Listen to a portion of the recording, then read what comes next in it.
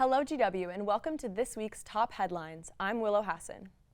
On Tuesday morning, authorities arrested 62-year-old Frank James for the Brooklyn subway shooting that occurred.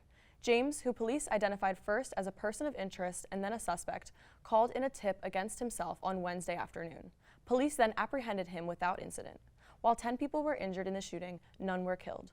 Law enforcement have connected James to videos posted on social media in which he talked about the killing people who had harmed him. James, who has 9 previous arrests, including a criminal sex act, will be held without bail. He has been charged with a federal terrorism offense. The shooting comes just one day after President Biden announced a new firearms regulation that will crack down on ghost guns, or unregulated weapons made from kits. On April 11th, Philadelphia became the first major U.S. city to reinstate an indoor mask mandate. The city's public health officials announced that the mandate will return April 18th in response to a growing number of COVID-19 cases. While CDC standards do not recommend an indoor mask mandate in Philadelphia, the city's health commissioner justified the decision by citing historic public health disparities in the city. Philadelphia officials explained they are using a tier system to gauge the need for COVID restrictions. The mask mandate will be lifted again once COVID levels return from the city's level 2 to all clear.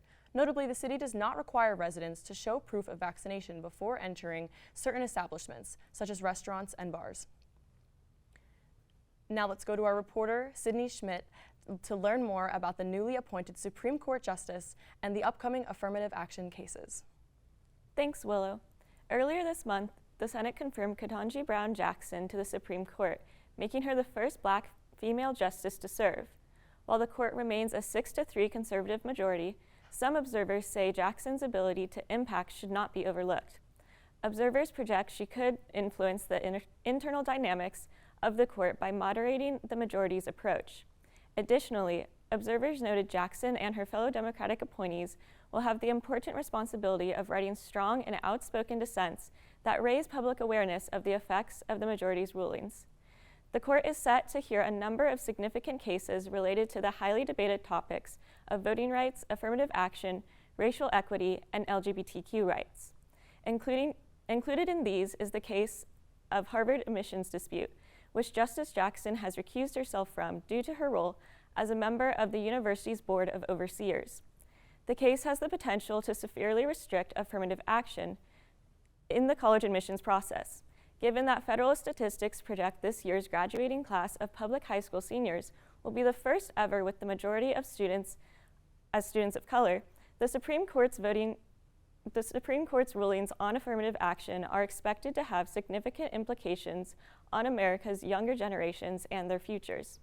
With millennials and Gen Z estimated to make up 45% of the voting population in 2024, this is just the first in a series of rulings expected to reflect the preference of white Christian conservatives while mainly affecting the lives of a young, more diverse America. Thanks, Sydney. Yesterday, Elon Musk made a bid to buy Twitter for $43 billion.